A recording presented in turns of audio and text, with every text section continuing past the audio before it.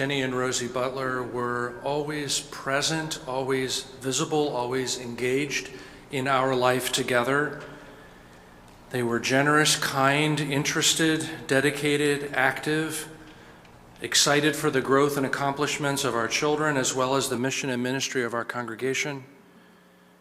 They were enduring, too.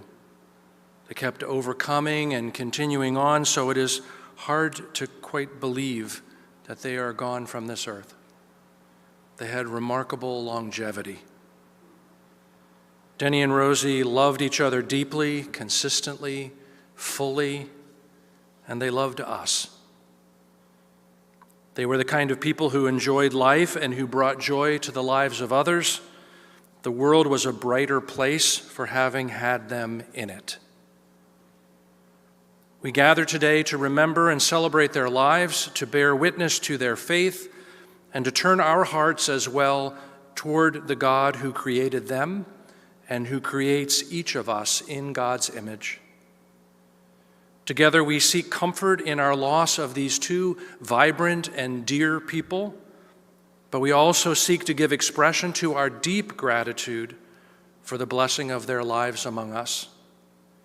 Tears and laughter are both appropriate in a service like this, just as sorrow and gratitude both surround us right now. I invite you into this sacred place of sharing, remembering, and witnessing. God has been good to us, and we give thanks. So let us join our hearts and minds together and with praise to God, offer our gratitude for life. Please join me in prayer. God of the universe, of all created life, of hope and promise, God who we know through Jesus Christ and his teachings and example, God who redeems and restores, God who creates us in the beginning and receives us again in the end, be with us this day as we gather to remember and celebrate the lives and faith of Denny and Rosie Butler. We ask for comfort and for clear thoughts, for support in dealing with our feelings, and for renewal of our faith. We remember with gratitude all that Denny and Rosie have meant to us, and we give thanks for this life that we have shared with them, as well as giving thanks for the life that is to come. We pray, O God, that you have received Rosie and Denny into full fellowship, complete healing, and everlasting love. All our prayers and all our shared experience today, we offer to you in the name and Spirit of Christ. Amen.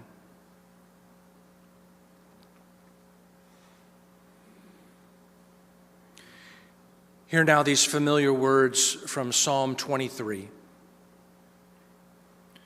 The Lord is my shepherd, I shall not want. He maketh me to lie down in green pastures. He leadeth me beside the still waters. He restoreth my soul. He leadeth me in the paths of righteousness for his name's sake. Yea, though I walk through the valley of the shadow of death, I will fear no evil, for thou art with me. Thy rod and thy staff, they comfort me. Thou preparest a table before me in the presence of mine enemies. Thou anointest my head with oil. My cup runneth over. Surely goodness and mercy shall follow me all the days of my life, and I will dwell in the house of the Lord forever.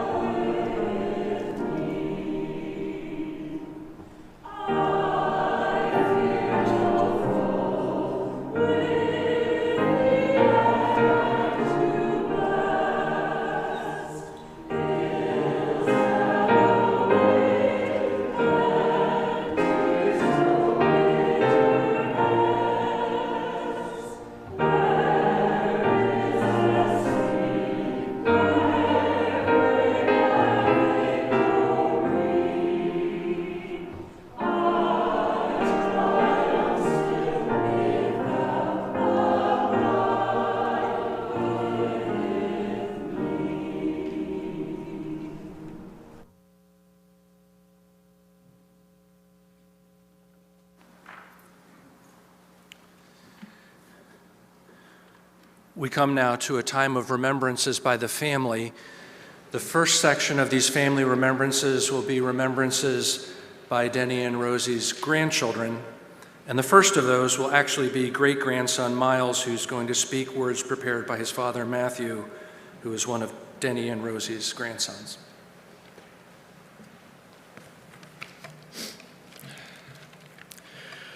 Memoirs from a Grandson.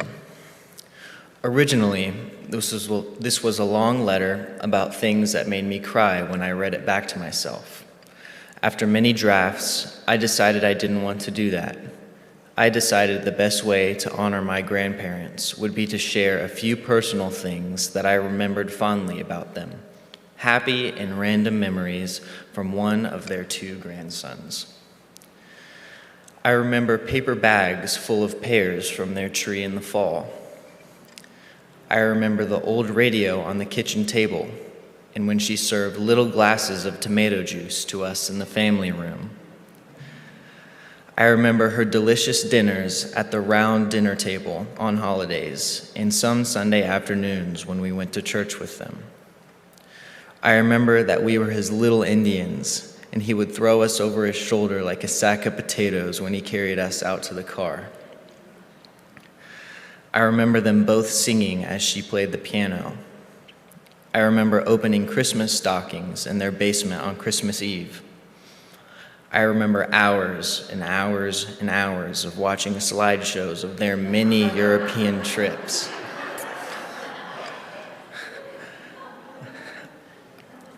I remember his light bulb that we could turn on by bending his ear. I remember that old wooden phone that hung on the wall. The bell still works. I have it in my basement.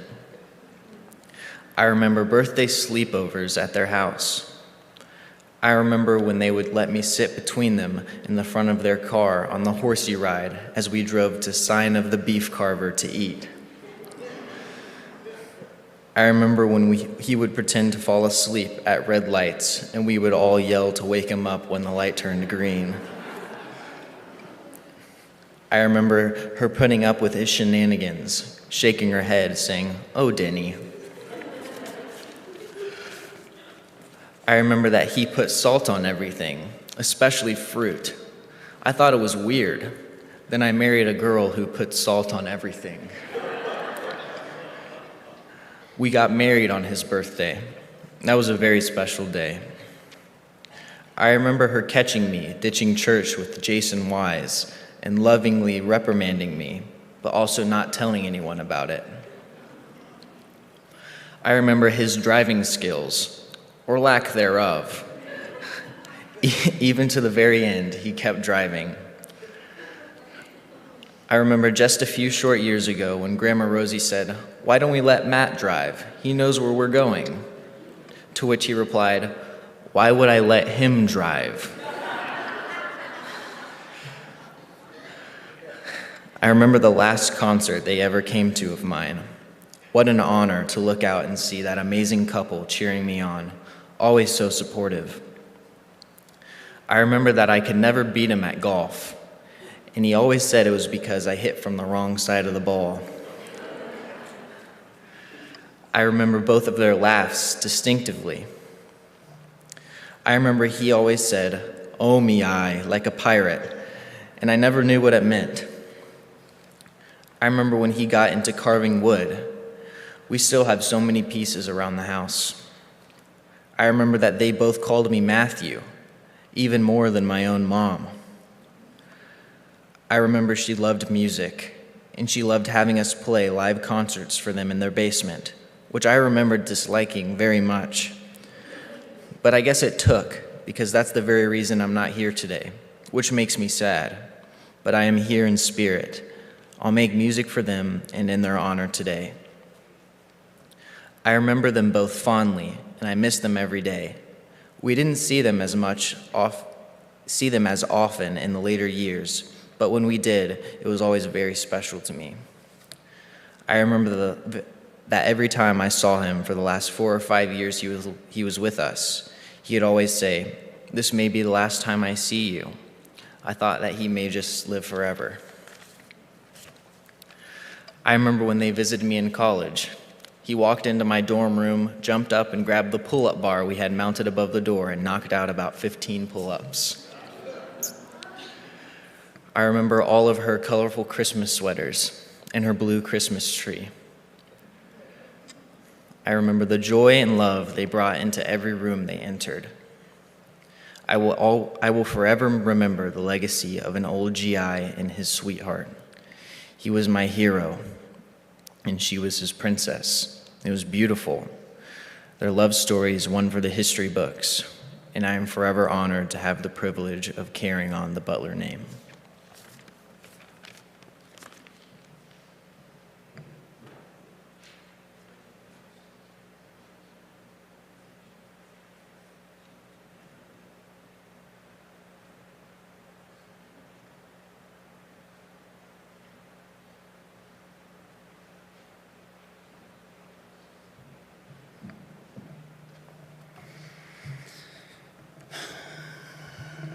I have so many wonderful memories with my grandparents. And I'm just going to start with Christmas at the Idaho Butler's house. Christmas is a special time for every kid, but the fact that I get to spend it with my grandparents almost every year made it that much more special. Since we were separated by 2 time zones, any time we saw our grandparents was a special occasion. The Christmas experience would start with our family picking up Grandma and Grandpa at the airport. At that time, you could wait at the gate to greet your loved ones.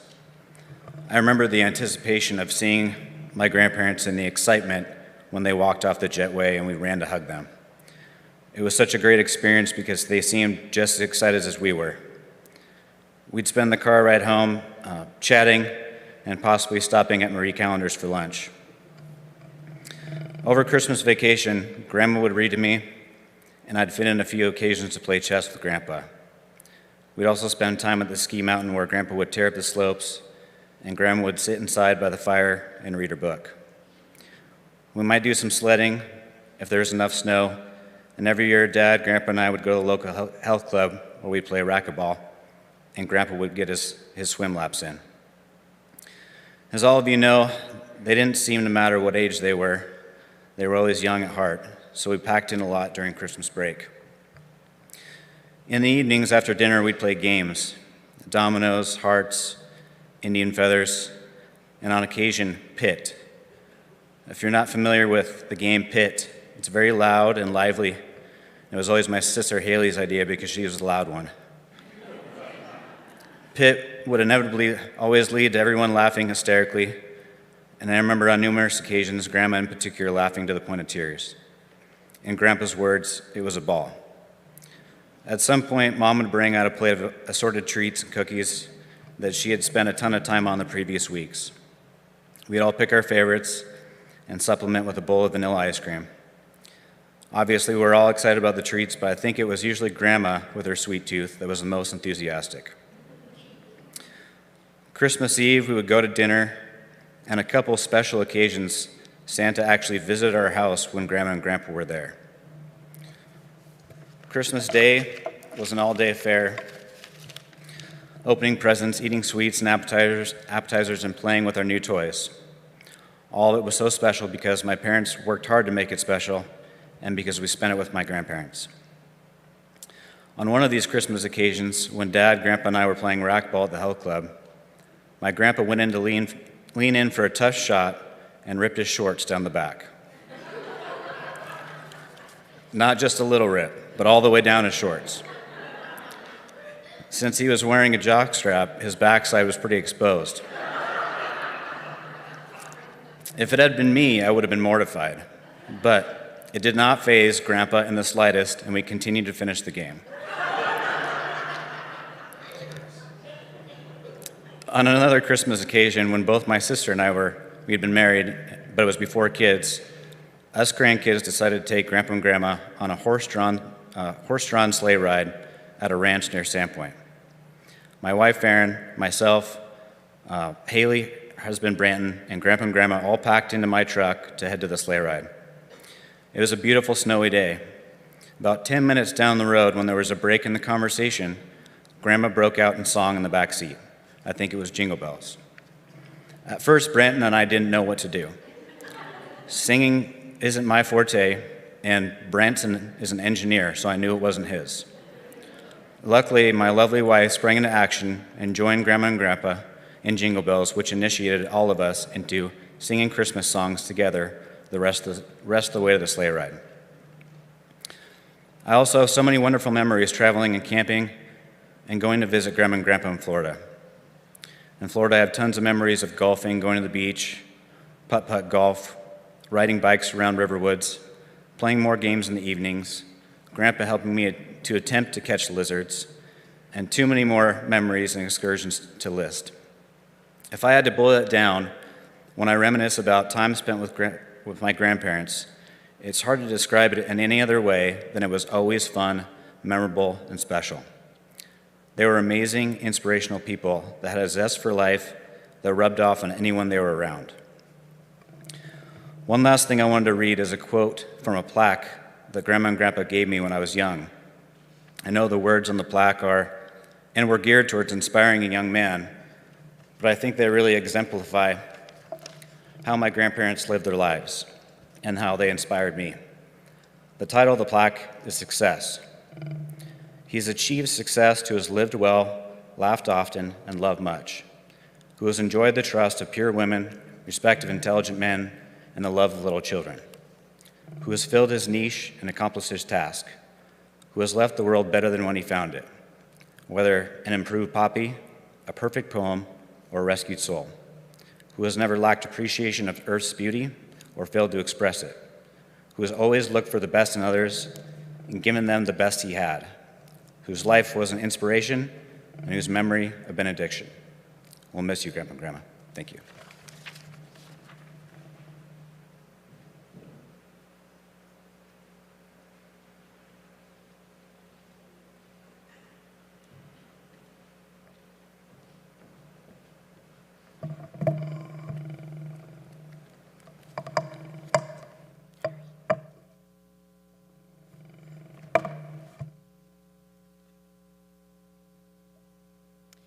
Pam. I'm the most fortunate of the grandchildren because I was the one who was born first, and I got to have them in my life for 50 years. Growing up, I knew Grandpa Denny was the most fun, coolest grandpa anyone could imagine having. My brother and sister and I couldn't wait to jump into his arms every Sunday morning when we arrived at church, calling us his little Indians. Sorry, some of this may repeat as my brother and I did not talk before we wrote what we were going to say. He would throw us in the air in our backyard pool, play wiffle ball with us in his backyard, and climb his front tree to grab some pears. When he was with Jesse and Haley, he would travel west and ski black diamonds with them.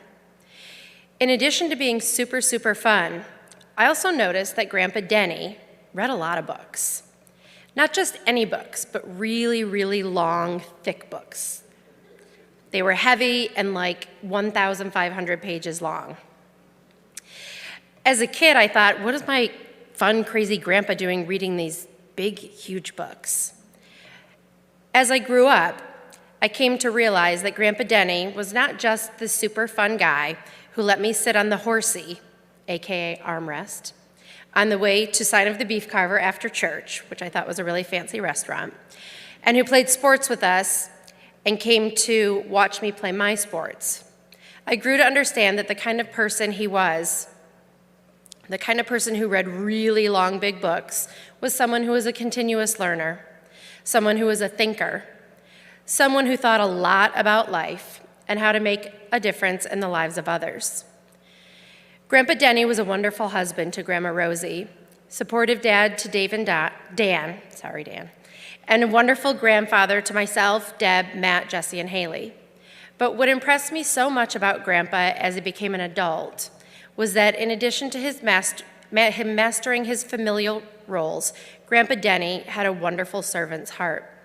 He was a member of the United States Army, having fought in the front lines in Germany during World War II. He was an active contributing member of his church. He diligently tithed, belonged to the choir, taught Sunday school, was a longtime member of the Lions Club, president of Rosie's school PTA, member of the Rotary Club, and probably engaged in many more activities and clubs of which I am not even privy to knowing. When his grandkids were adults, Grandpa Denny decided to give something to us, which I've never known any other grandfather to do. He began to write us letters. They were called Memoirs of a Grandfather in his own writing, Dennis E. Butler. We all got the same blue binder, and he would write these letters to us in his handwriting, copy them, put them in little sleeves, and send them to us.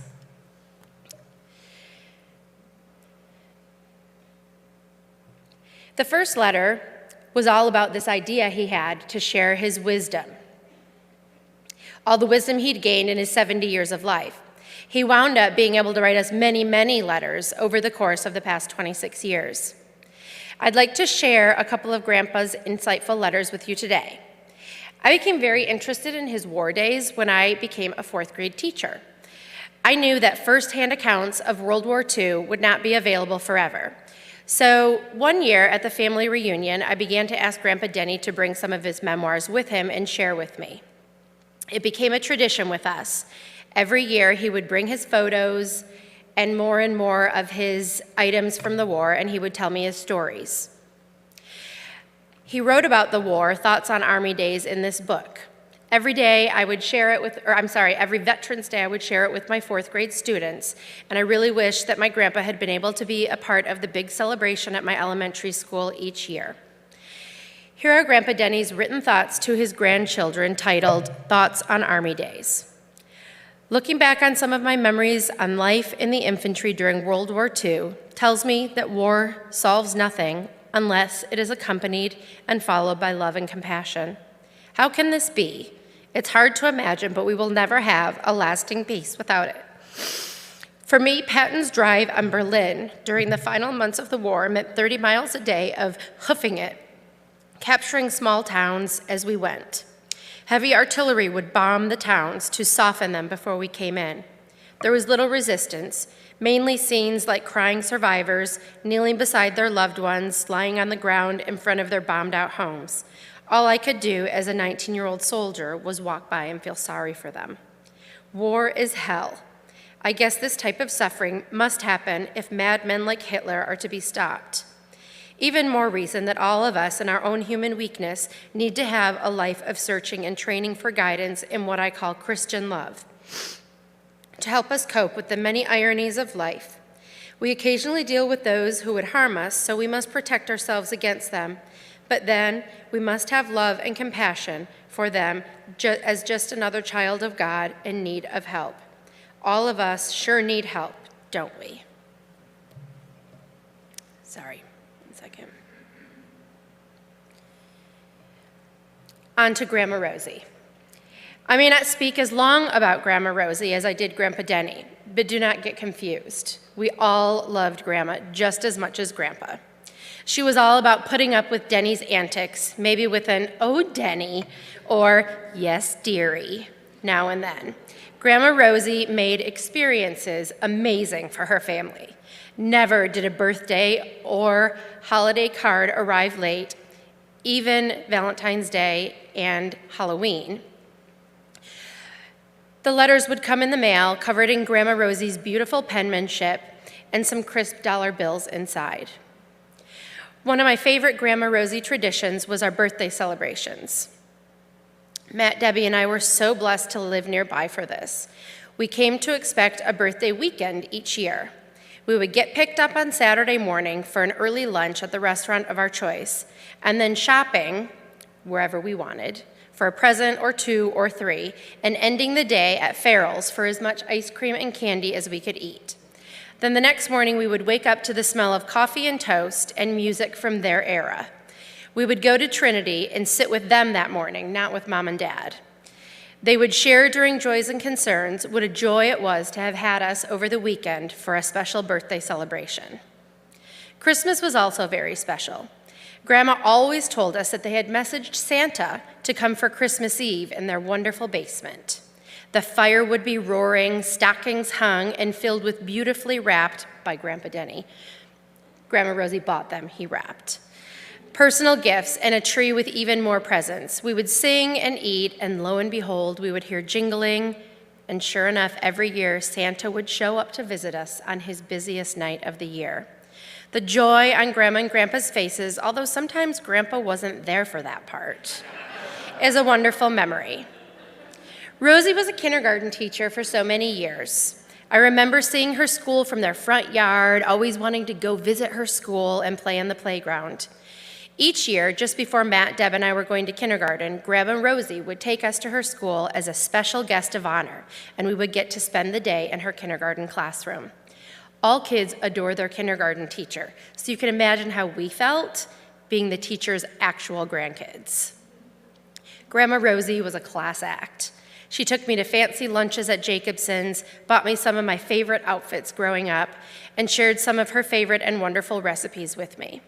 I even emulated her blue, silver, and green Christmas tree in my very first home. I love Grandma Rosie's taste, her height or lack thereof, her career choice, her affinity for shopping, and the way she always used her hands when she talked. Many say I am so like her, especially in these respects. To close, I'm going to share one of Denny's last letters, Some Final Thoughts, he titled it, even though he lived much longer than when he wrote this. 3/4 of a century is a long time. I'm so grateful that it has been my privilege to spend so many years on this big, beautiful ball, having a very comfortable and rewarding life. Then I paused to reflect, why me?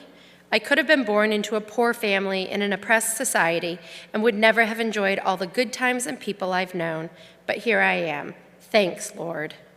Of course, even though more and more people are living to 100 these days, I'm most of the way there, and lots to do in the time left. How much time? Who knows? The important thing is to make good use of the time God gives me. It's His decision, not mine. My hope is that I will have the wisdom to express love and understanding to my family especially, and friends and enemies, as long as I'm allowed to live. And when my end time comes, I trust my family and friends will shed some tears and miss me. However, instead of extended grieving, I hope to leave you with memories of good times together and a feeling that the world is a little better for the people I've touched along the way. And then in my final days, I hope it can be said that I filled my niche and I can repeat the words of my father, your great-grandfather, as he said in his final words, and I birdied the 9th hole on my last outing.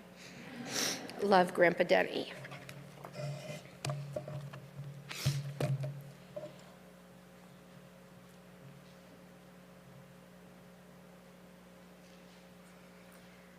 Because we lived in Idaho, our time with Grandma and Grandpa was limited to Christmases, summer visits, and traveling together. But it's funny how over a lifetime, it's not a lot of time, but the memories are so impactful and so deeply meaningful that they take up so much more space in my heart. It makes you realize the power of your senses have on a memory. Because like it was yesterday, I can remember the smell of the inside of Grandma's ornate Japanese jewelry box and her rose-scented perfume. And I would breathe them in when I stood at her dresser, putting on every piece of jewelry she owned. I remember how our house filled with the smell of coffee only when they visited at Christmas. And when Grandpa would tuck us in during Christmas visits, the sweet instant vanilla decaf that lingered on his breath from dessert was the most comforting smell to lull me into sweet sleep and visions of sugar plums on Christmas Eve. In those fleeting but impactful visits, I learned some of the most important lessons of my life. Watching their kindness and friendliness to everyone we encountered, their passion for building community around them, for having a purpose, their love and appreciation for nature, and their unyielding faith. The way they flirted with each other, their playfulness, their devotion and care for each other, and the way they didn't take life or themselves too seriously. One of my most standout memories with Grandpa happened to be an early lesson in not taking life too seriously, and happened to be probably during one of the most impressionable times in a young girl's life. It was around 8th or 9th grade. As if braces and a prolonged awkward stage weren't enough, Grandpa loved to accompany us to the gym when he came to visit. He was an accomplished swimmer, and I remember being quietly horrified as my grandpa confidently marched around in a Speedo without a care in the world. But he stayed in the pool, and I kept my distance in the upstairs weight room. Until one moment, as I was curling my 5-pound weights in the mirror, quietly noting my classmates and schoolmates who were also at the gym on a Saturday morning. You know, people like the junior varsity football players and the junior varsity boys soccer team. And who should I see in the mirror but Grandpa Denny, marching up the stairs, in nothing but his Speedo, with a camera around his neck. "Hi, Haley," he yelled, startling the weightlifters next to me. "Smile." And he took a stance. And if you've ever seen Grandpa take pictures, you know the stance. It's sort of this wide-legged, knees bent, hips thrust forward, leaning back to get that perfect angle stance. I don't know that I'd ever been truly cheek-flushing, heart-pounding, mortified up until that point in my life. And though he quickly moved on to track down Jessie for another picture, and the moment didn't last more than a minute, it was deeply embedded in my early teenage memory forever. But the funny thing is, Grandpa was just so charming, so lovable, and it just brought him so much joy to capture these memories of his grandkids. You just have to laugh and move on. With Grandma, there were softer memories, more tender, but equally funny. I remember every year at Christmas dinner, she would say, "Oh, Haley, you don't want any of my yams? They taste just like candy." Every single year. Every year. From maybe age 4 or 5, up through my 30s. And when I brought my new husband home for Christmas one year, she said, "Oh, Branton, but you don't want any yams?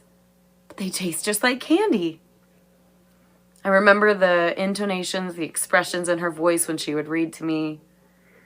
I remember her voice and how she played the piano, and she and Grandpa would practice for their choir performances. And how she laughed at Grandpa and his antics, always with the most endearing, "Oh, Denny." It's amazing how those fast and few visits over the years are some of the most meaningful and even shaping of my mindset and philosophies on life. To say that my grandparents left their mark on the world is an understatement. They connected with people in a way that seems a little lost in today's world. But watching them and learning from them, I hope to take with me throughout my life these lessons.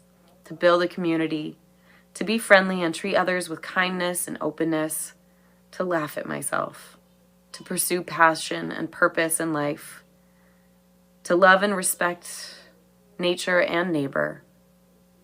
What a privilege to see them live such a long and beautiful life. And what an honor and a blessing it was to be their granddaughter.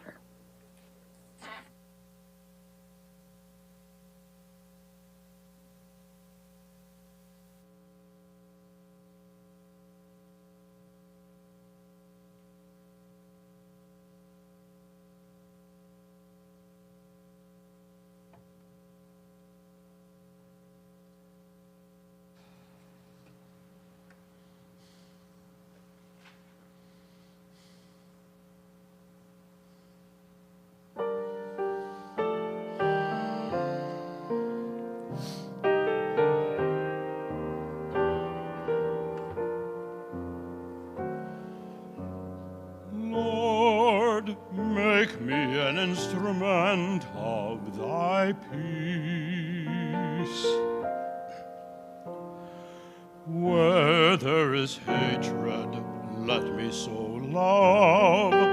Where there is injury, pardon. Where there is doubt, faith. Where there is despair, hope. Where there is darkness, light. Where there is sadness, joy. O divine Master, grant that I may not so much seek to be consoled as to console, to be understood as to understand, to be loved as to love. For it is in giving that we receive. It is in pardoning that we are pardoned. It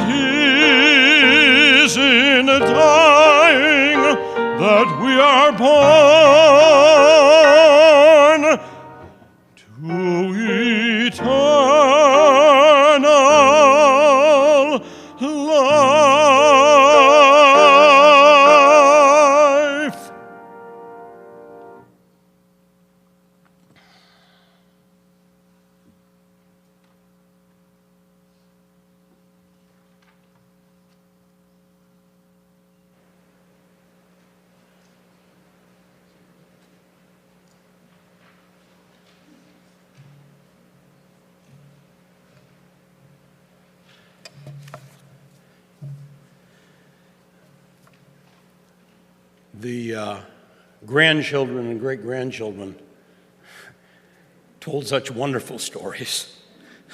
It was great. I'm taking a little bit different path because during the process of going through all of Mom and Dad's belongings over the past couple years, and especially when they both passed away, I was fortunate to come across numerous writings and presentations that they had made during their lives. And so I'm proud to share part of a speech that was given by my father on Sunday, January 26th, 2013, that he titled My Faith Journey, and it's a story of his life. So when I say I, it's Denny. So I was introduced to the world at home, not in a hospital, on McClellan Avenue in Detroit, Michigan on March 2nd, 1925. My father, Dwight, owned a steel treating business and was able to build us a nice house for my mother and my 3 siblings on the Far East Side of Detroit in 1929. From my very early life, I remember the entire family loading into that family DeSoto, heading to downtown Detroit to First Church of the Brethren, and later as a teenager, I would take that city bus back down to the church for the youth group meetings and the Sunday evening service. Those Sunday services and midweek gatherings had a very lasting effect on my life. This is where I met, learned to know, and love the person, with whom I would share my life. Rosie has had the most profound influence on my life. We were actually dedicated as babies together in 1925, and then 20 years later, got married in the same sanctuary. Early in my life, I developed a great love of the outdoor life and travel and sports activities. We were fortunate to have a family cottage in the north woods of Michigan at Lost Lake. It was very rustic, no electricity, hand pump for water, and the 2-holer outhouse out back. We spent many summer days at Lost Lake Woods swimming, hiking, biking, and oh yes, golfing. Another influence that began early in my life at about age 9 was playing the clarinet. I played in the school band and learned to really appreciate the dedicated music instructors as they listened to the squeaks, squawks, and discords of all the young musicians.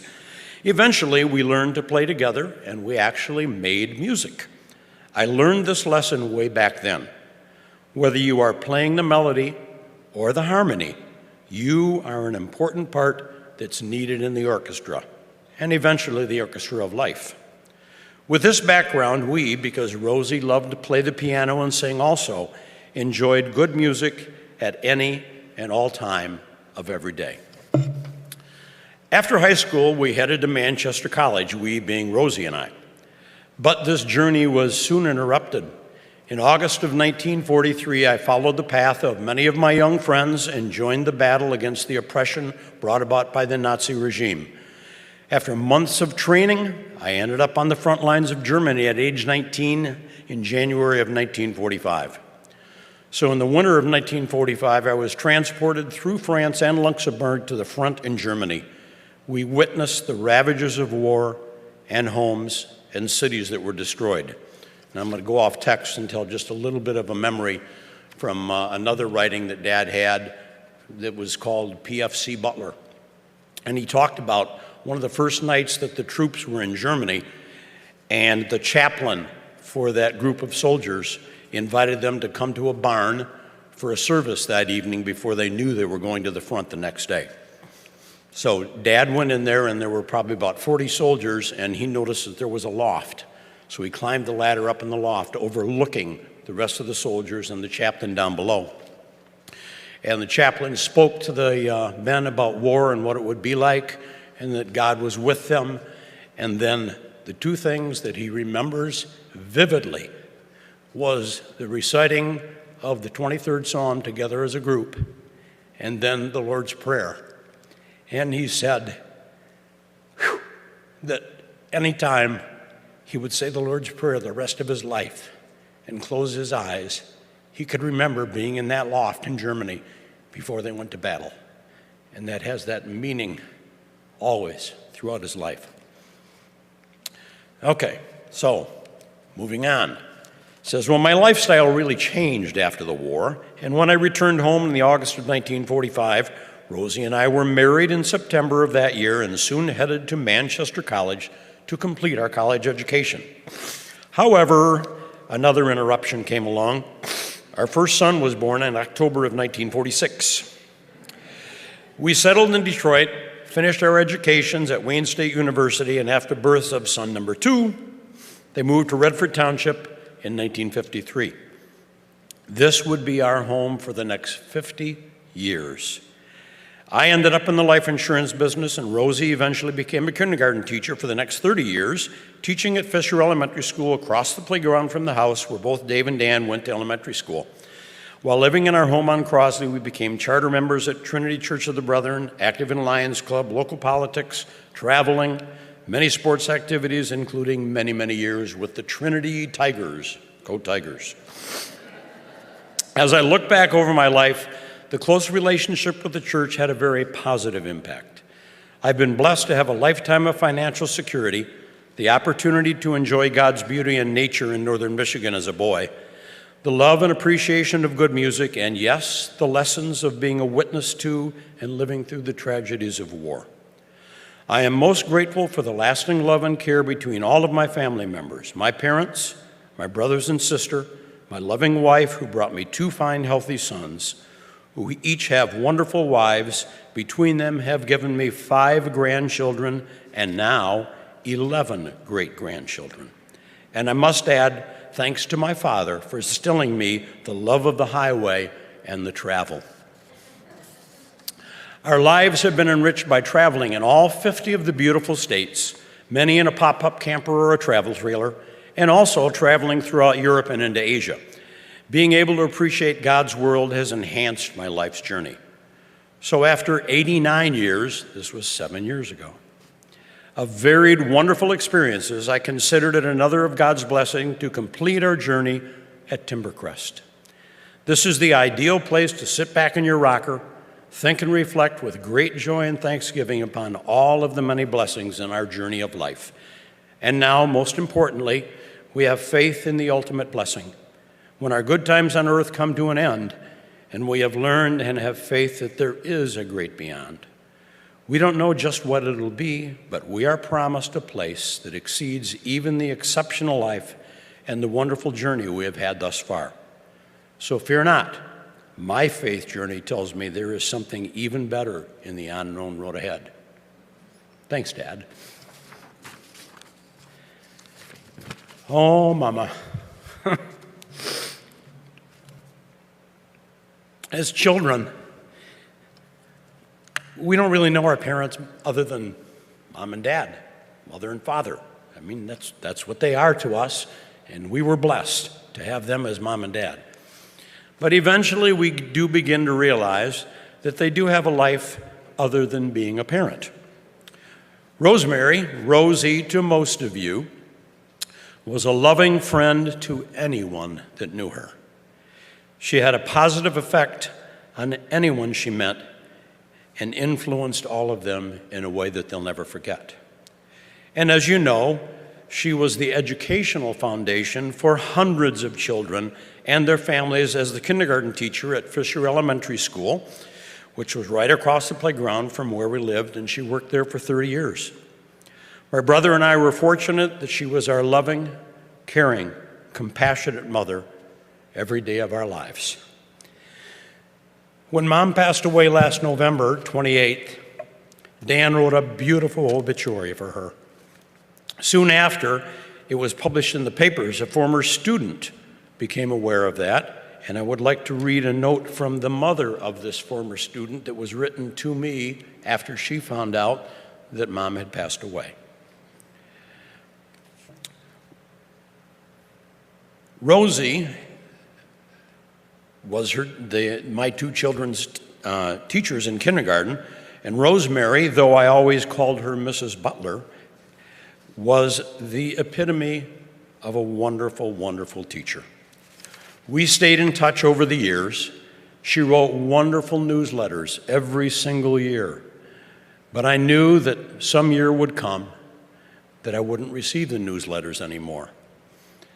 So when we saw the obituary, my daughter, who was her student long ago, shared your mother's obituary on the Thurston High School Facebook page. As soon as that obituary appeared, so many likes and comments showed up that I wanted to make sure that you had seen them.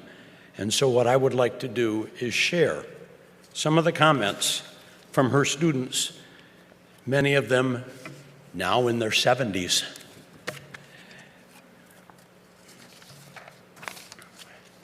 She was the best teacher I ever had. Boy, I loved her. Heaven gained a true angel. She was amazing. One of my absolute favorite teachers. I loved her so much. She was mine and my oldest son's, he's now 50, kindergarten teacher. She was my kindergarten teacher, and she was the best. I also remember the party at her house. I lived down the street on the other side of the playground from her. Sounds like she had a wonderful life and a lot of wonderful years with her husband. Rest in peace. I loved her. I should have also added that she and her husband passed away only 3 months apart, another person wrote. My, oh my, 75 years together? That's absolutely amazing. Such a memorable teacher. I really loved her. I had her for kindergarten. She was an awesome teacher, and I'm so sorry for the loss. I'm 71. She was my kindergarten teacher. I graduated in '68. I had Mrs. Butler. She was wonderful. I remember her having that end-of-the-year party for us in their backyard. Oh, yes, I remember that party well. I remember the walk seemed so far across that playground.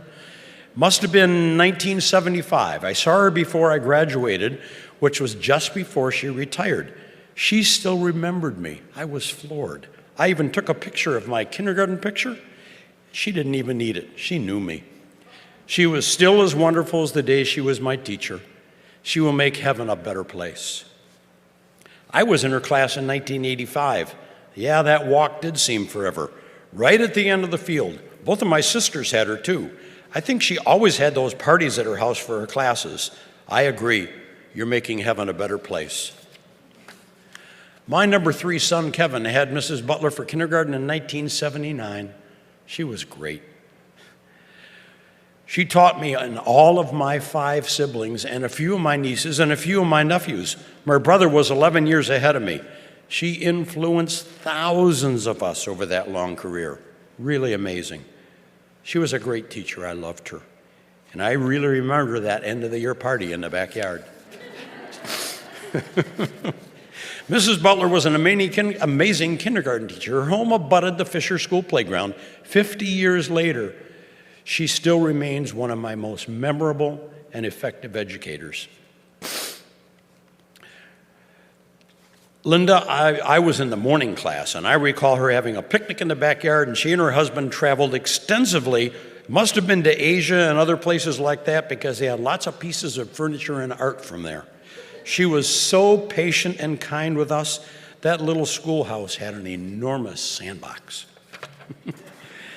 Yep, she was my kindergarten teacher, one of the most special teachers I will ever remember.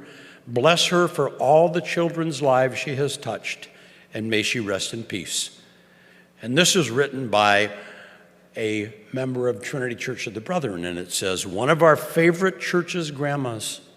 She was an amazing woman. Condolences to her family. She's finally joined husband Denny in heaven, who passed away a little earlier this year.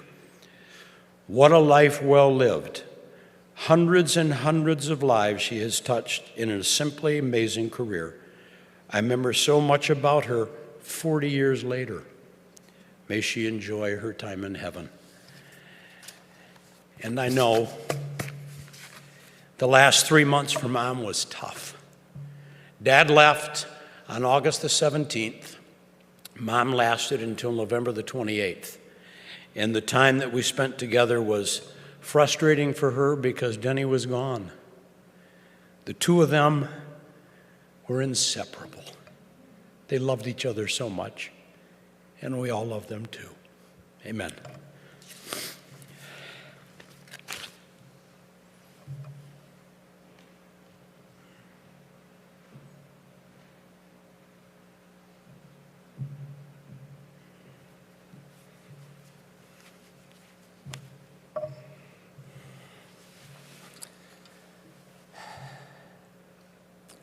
Sometimes you sit up here, well, I don't sit up here, I stand up here, but sometimes I think people will get to this situation and reflect on so many different things.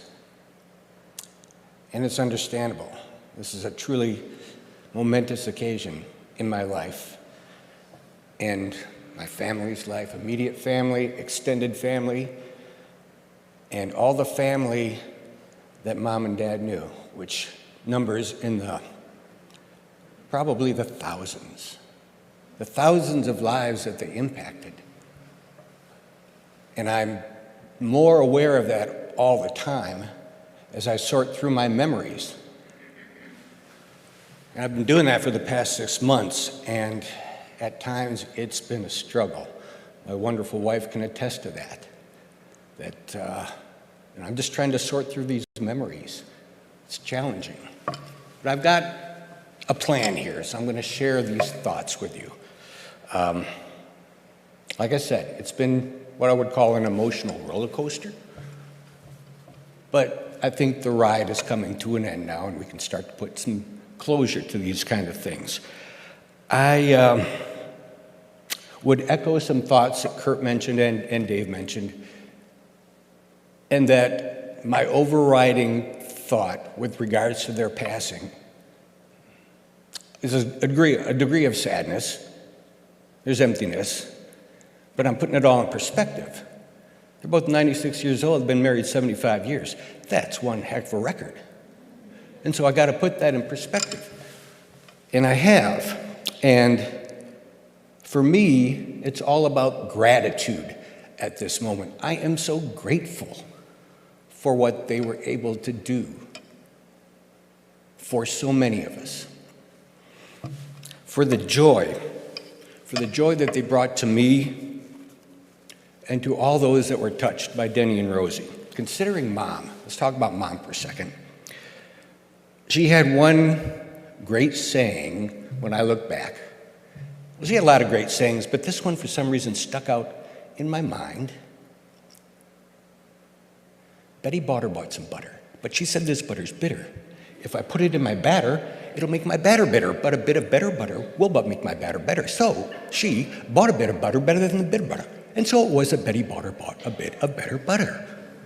She said that, and it stuck. And I'm sure it stuck with a whole bunch of her kindergarten kids. Because she was an amazing person like that. Things she said mattered. And true, she knew how to make me laugh. And conversely, that lady could do just a big time, open mouth, tears from the eyes laugh that could go on and on and on. I would sit there in amazement like, is she ever gonna pull it together? But she didn't have to because it was so real. I loved it. Mom truly embraced life. She embraced it to the fullest. Whether that was memorizing the countless Shirley Temple songs from way back when, on the good ship Lollipop, and she knew them all. Or she would marvel at the figure skaters, in particular like Sonia Henny, way back in her day. She would rejoice at the films of Jeanette MacDonald and Nelson Eddy. Special moments to her. She would never, ever tire of countless viewings of The Sound of Music, and when it opened and Julie Andrews waltzed across that meadow in the Alps, you could see Mom's heart just flowing with Julie next to that Salzburg location. She was what I would call a devout follower of As the World Turns, or as Dad would say, As the Stomach Turns. And undeniably, she was a great Tiger fan. Detroit Tigers. Trinity Tigers too, but Detroit Tigers from way back, all the way to her youth. I mean, she would cheer on for the Tigers of the 30s that featured Schoolboy Rowe, or Rudy York, or Charlie Gehringer, or Hall of Famer Hank Greenberg. She was always a Tiger fan. There was a news clipping, and Dave and I were going through some of the memorabilia. There was a news clipping that highlighted Mom in her days at Redford High School. And it was in 1942, and it highlighted Mom in the role of Miss Victory. Miss Victory during a patriotic display in the school performance of Red, White, and Blue. I mean, her high school days were marked by a super enthusiasm for speech and drama. And of course, that is what she carried on into her, beautifully long and impactful teaching career. And that's, as David mentioned earlier, she was one of the most admired kindergarten teachers that ever graced the halls of the South Redford School District. And I believe she was a star at that career choice because Mom really was a child at heart. Just a child at heart. Debbie reminded me that as we were taking a walk in the woods not too long ago. She said, your mom, she never really retired. And she didn't. She would sing songs, she would read books to the grandchildren and to the great-grandchildren with unbridled enthusiasm. She would throw herself into every song and every story, and you wouldn't believe in the message she was giving.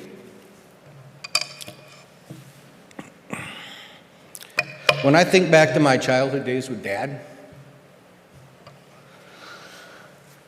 I marvel at the life lessons that he passed on to me.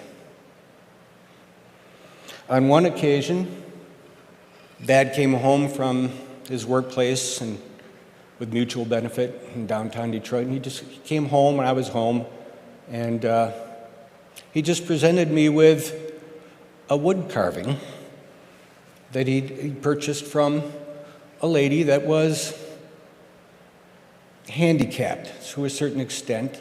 I can't remember exactly what the handicap was, but he presented me with that, and I look back in that, and the message was that regardless of your lot in life, regardless of your disability, there's something that you have to offer to the world.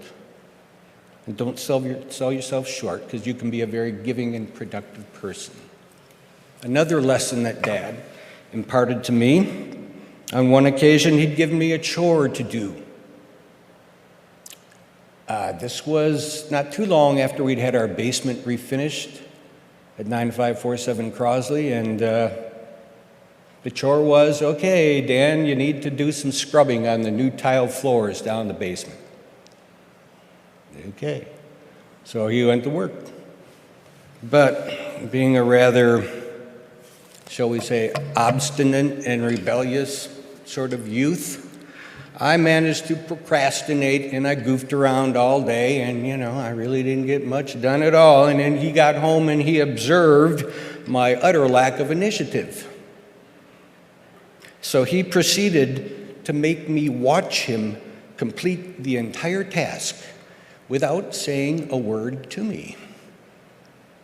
Oh yeah, it had a lasting impact, and he could do that. He's very good at that.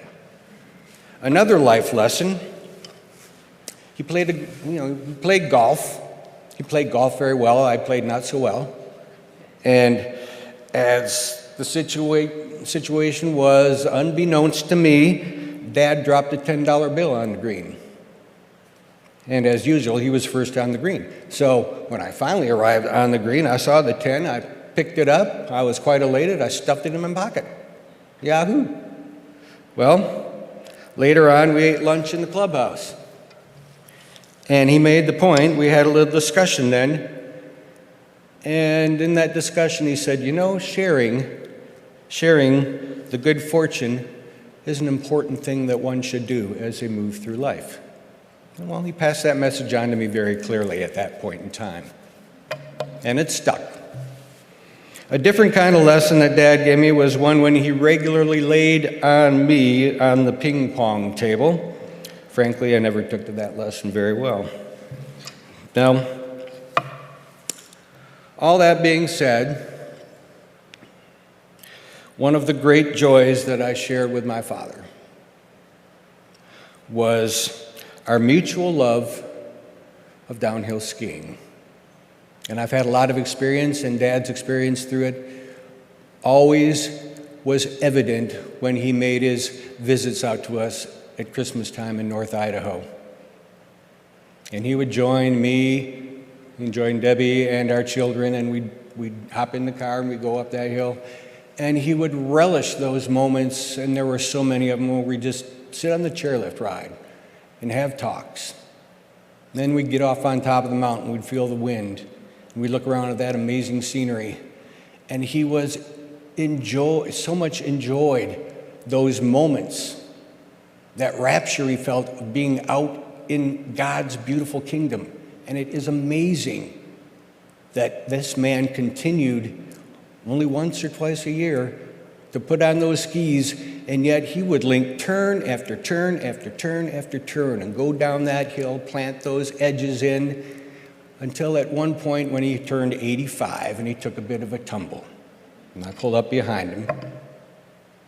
And he just kind of worked his way up pretty slowly, and he said, "Dan, that's my last run, but it's been a good run." And it was. When I consider Mom and Dad together, as partners for life, as best friends, you know, the ultimate lesson they passed on to me was the fact that life's just an adventure. For me, I was the beneficiary of their zest for life. And it comes down to the countless Western adventures I shared with them, or we shared with them, Dave and I, growing up as a family, and we'd hop in the seats of the Oldsmobile, and we put the Highlight camper on the back, and then we'd tour the roads, headed to Laverne, California, sometimes via the north. We did a trip up in the Canadian Rockies, and then we still ended up in California. We did some amazing long trips. It was a blast. On this one particular trip, and we were going through some back road in Arizona. They pulled over the car. Dad got out, Mom got out, almost on cue. And they pulled out this clothesline, and they attached one end of the clothesline to the door handle, and then the other end of the clothesline to the top of this sign. So we had a clothesline strung. And the sign, I looked at the sign and said, "The Butler Wash." So what did they do? They pulled out the laundry. They hung dirty socks on this line. They hung a bra.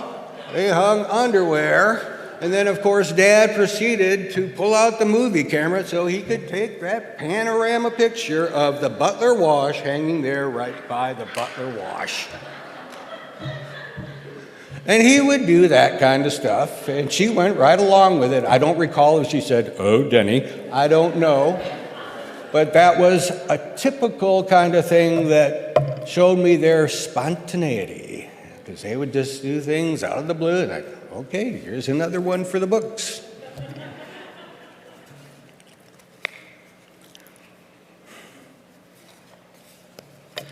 Just a few closing thoughts on the passing of Mom and Dad.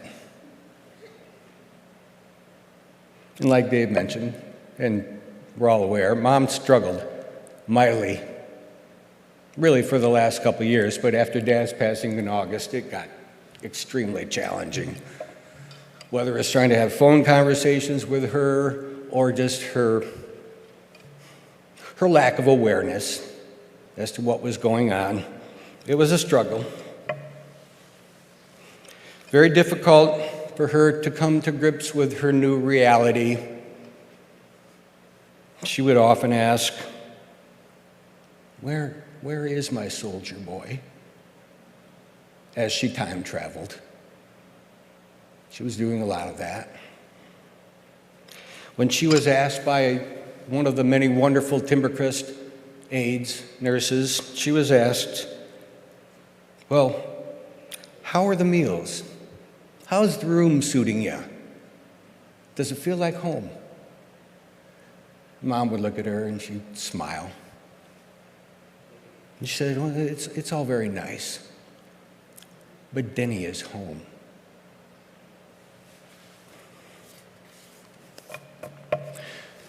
Regarding Dad, Debbie and I are really fortunate, just as fate would have it, as it worked out, on our time frame to do visits this summer. It just worked out that we happened to be visiting Mom and Dad back at Timbercrest, and it was his final days, and we didn't know it. We just pulled in, and when we arrived, he wasn't doing well. And then by the time our day had come to leave on August 15th, Sunday the 15th, he was in bed, pretty unresponsive, very unresponsive, in fact. So I did what I would need to do. Deb did what she needed to do, and we kissed and we said our goodbyes, and I kind of figured that was it. But as I walked out, the nurse looked at me and said, well, this is Denny Butler. He's a warrior. He's had cancer for a long time. I wouldn't be surprised if he regroups and who knows how long be around. So she planted a seed in my head at that point. I knew how he looked. I knew how it felt. But she was exactly right. He was a warrior from way back. Well, Deb and I got in our car and we headed on the long road trip back to Idaho, and we went via I-90. It's the most direct route to go. We went to places like the Badlands in South Dakota, and I thought, it was one of the first times we ever, on the camp trips, first places we ever stopped. I remember Mom, in the Badlands, this was her first scene of anything so massive as the Wild West, and she never let go of that door handle. She couldn't get to the edge. That was just one site along the way that was very impressive on Deb's and my trip. We went by the Black Hills, another spot, Mount Rushmore. All these places are amazing, and they have spots in my heart and my memory. And then we got into Montana, and we were going pretty much focused on getting home at this point. And as we approach Butte, Montana, from the east, you have to cross a mountain pass. It's a gorgeous stretch of road. There's massive boulders on either side of the road. It's just a spot that Dad would have undoubtedly gotten out and taken some pictures. And maybe he has, I don't know. But the skies darkened at that point, and the rains just started to come. And by the time we approached the Great Divide, it was a full-out storm, and then directly in front of us, this incredible bolt of lightning. A sky-to-ground type of bolt. Bold, brilliant. Came right down in front of us, and I said, whoa, that was quite a sight. And then Deb and I carried on, went down, went through Butte, went about 30 miles down the road, and then the phone rang. And it was Dave. And he said Dad had passed about 30 minutes ago. And I had to take a deep breath and try to put this together in my mind. And when it really comes down to it, they were dedicated as babies together. Their life was amazing. And they're angels up there dancing to some Glenn Miller tune in the great universe that God has provided for them. Thank you.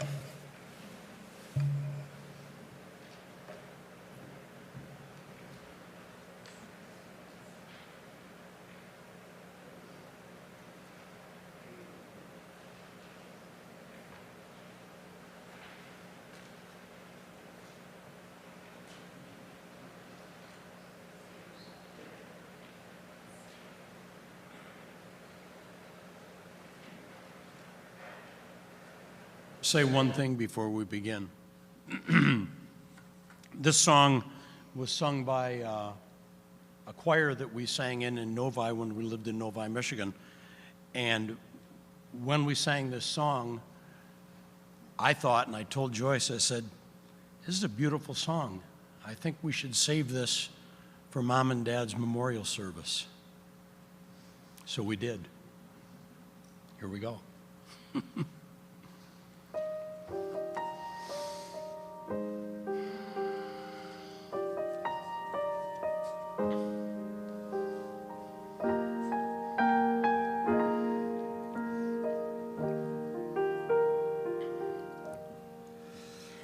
I carry you in my heart. I carry you in my heart. For the light and love made my soul to sing, like the quiet winter warms to spring. And I carry your heart with mine. I carry your heart with mine. I thank my God for every thought of you.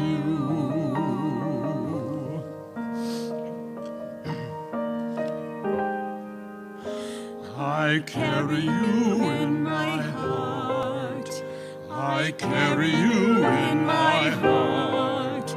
You are part of God's perfect mystery, for the way you lived helps me to see. And I carry your heart with mine. I carry your heart with mine. I thank my God for every thought of you.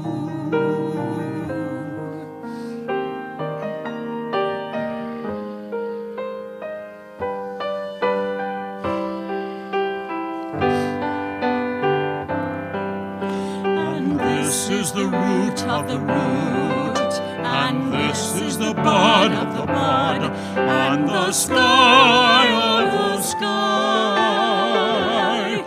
of the tree called life, which grows and grows because of you. My heart can love still more.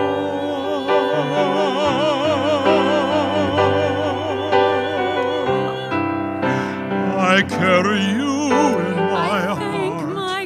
I carry you in my heart. For your light and love make my heart to sing, like the quiet water warms to spring. And I carry your heart with mine. I carry your heart with mine. I thank my God for every thought of you.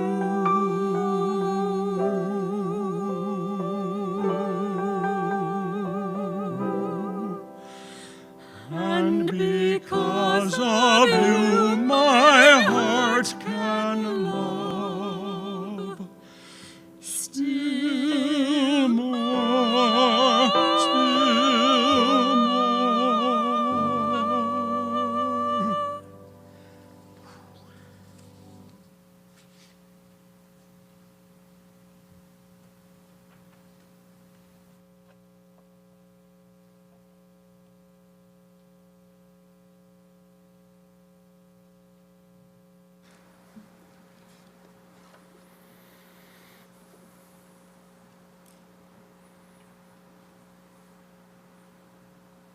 From Ecclesiastes chapter 3.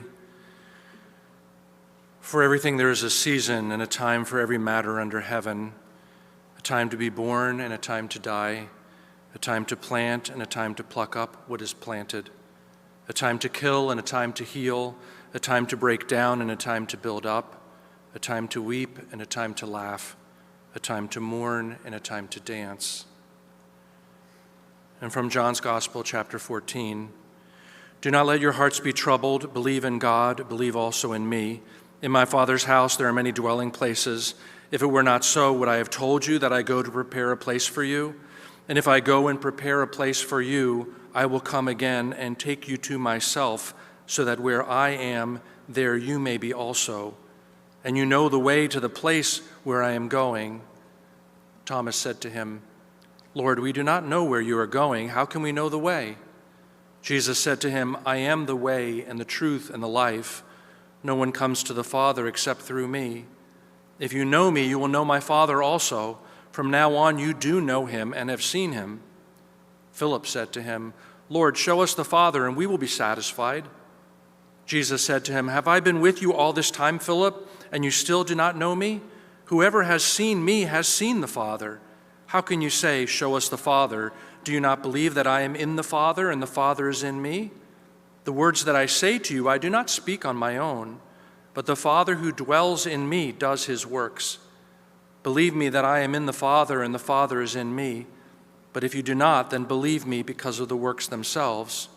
Very truly, I tell you, the one who believes in me will also do works that I do, and in fact will do greater works than these, because I am going to the Father. I will do whatever you ask in my name, so that the Father may be glorified in the Son. If in my name you ask me for anything, I will do it. And from Romans chapter 8. Who will separate us from the love of Christ? Will hardship or distress or persecution or famine or nakedness or peril or sword? As it is written, for your sake we are being killed all day long. We are accounted as sheep to be slaughtered. No, in all these things we are more than conquerors through him who loved us. For I am convinced that neither death nor life, nor angels, nor rulers, nor things present, nor things to come, nor powers, nor height, nor depth, nor anything else in all creation will be able to separate us from the love of God in Christ Jesus our Lord. To me, Denny and Rosie were very physical people. That's how I think of them. I know that they led very physical lives. That may be part of why there were pictures in the slideshow at the beginning today of them boating and swimming and Denny golfing and skiing. And I like this image of Denny coming into the dorm room and doing pull-ups. I can imagine it. But it's not just that kind of physicality that I'm talking about. When I say they were very physical people, I mean they were very physical people in the way they engaged me, and I assume the way they engaged you. They had loud voices. Denny maybe even had a booming voice, and Rosie's voice was distinct as well. Neither of them were soft or hushed by any means, and Denny always led with a handshake. You could see his hand coming long before it arrived at yours. And Rosie was one of the few people I would not just tolerate, but actually delight in her patting me on my cheek, which she often did. She would reach up and pat my cheek when she greeted me. Later, when she was less in control of her environment and less able to initiate, when I no longer saw her and greeted her each Sunday at the back of the sanctuary, when I did see her, she would still reach for my face, but more often to pull me close, to kiss me on the cheek. That physicality with both of them never felt strange or like an overstepping of boundaries. Denny just assumed that you wanted to meet him as much as he wanted to meet you. And Rosie just assumed, and rightly so, that it was okay to be that physical, that intimately close. Why was it okay? It was okay because there was nothing about coercion or control in any of that. It was okay because it was offered as a sign that we belonged to them. I did. I belonged to them, and you did too. Whenever the opportunity would offer itself, they would ask, "How's the family?" And never felt like they were asking me, "How's your family?" but "How is our family?" As if we were connected by more than proximity or common history. It was as if we were connected by blood, our family. And I know it wasn't just me. Denny and Rosie connected in a deeply direct and personal way with so many people here in this congregation and community, and especially with young people. They were not afraid to lay claim to our children or grandchildren as if they were their own grandchildren. That might bother you a little bit, those who are really the grandchildren, but they laid claim to more than just you. Their reach, their claim was large. And they did it by leaning in, by asking a question, by shaking a hand, by patting a cheek. They were forward that way, always asking, always interested. They supported the youth projects and trips here in our congregation with their money, too. They got a kick out of paying for a tank or two of gas for the vans when the junior high kids went on their Brethren Heritage tours to Virginia and Pennsylvania. They were big supporters of our senior high youth on their national youth conference trips to Colorado. We've been doing a flamingo fundraiser in our congregation these recent weeks, placing pink cutout birds and a big sign that says, "You've been flocked," on the front yards of our church members, with the instruction to make a donation to the youth fund to have the flock removed. I can imagine Rosie and Denny getting a kick out of that, especially since the youth offered the option of buying flamingo insurance to keep the flock off your yard. I'm guessing that Denny would have asked to be flocked, and he would have bought the insurance too. Denny and Rosie loved the church. The music, the choirs, the piano, the organ, the shape and style of our worship services on the whole, the preaching, the Sunday school classes, the fellowship meals, the coffee houses and concerts, the opportunity to witness to brethren values like peacemaking and community building and service. They loved all of that, and to be able to do it with us, well, that was just the icing on the cake, because they loved us. The scriptures today are ones that Dan and Dave chose for this service. They're in many ways, very traditional memorial or funeral service scriptures. But they really do connect with who Rosie and Denny were in faith and in faithfulness. For everything there is a season, a time to be born and a time to die, a time to weep and a time to laugh, a time to mourn and a time to dance. Denny and Rosie had such perfect timing together.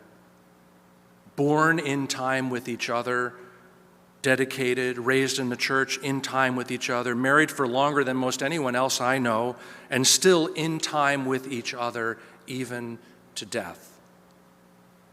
They understood and accepted the seasons of life, too. They engaged through the years with the gifts and opportunities of life, but they accepted also, in the end, the limits and the subsiding of life. Never a complaint, always a word of gratitude. They lived all the seasons of life. "Do not let your hearts be troubled, for I go to prepare a place for you," says John's gospel.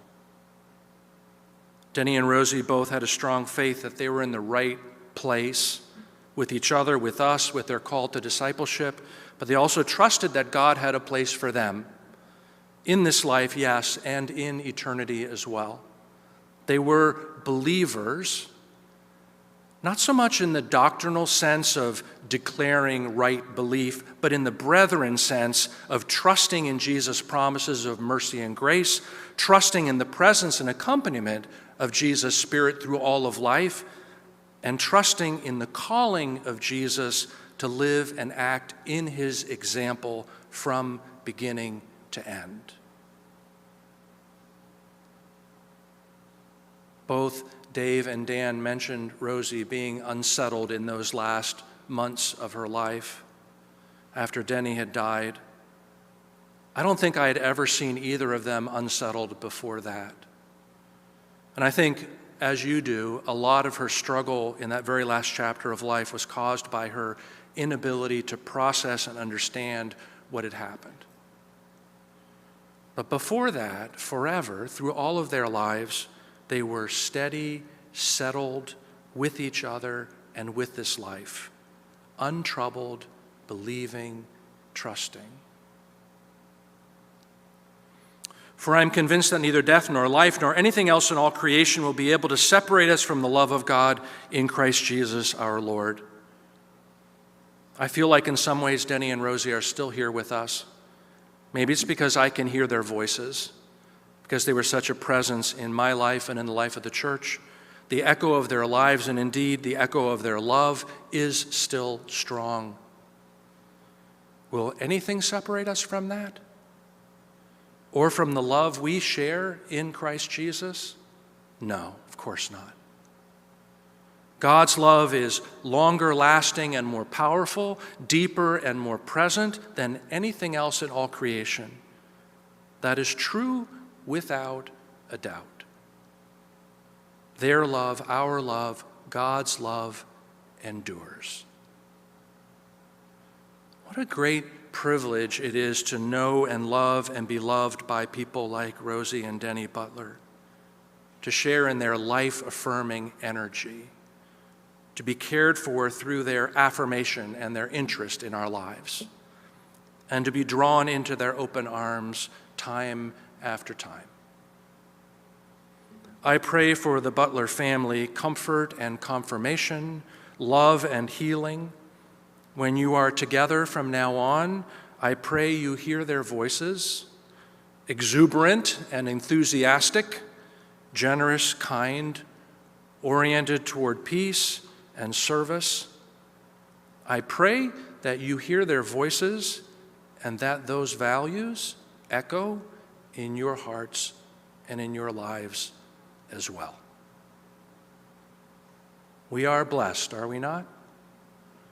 Blessed with life and all the gifts of life, blessed with memories of the past and purpose going forward. Thanks be to God. Amen.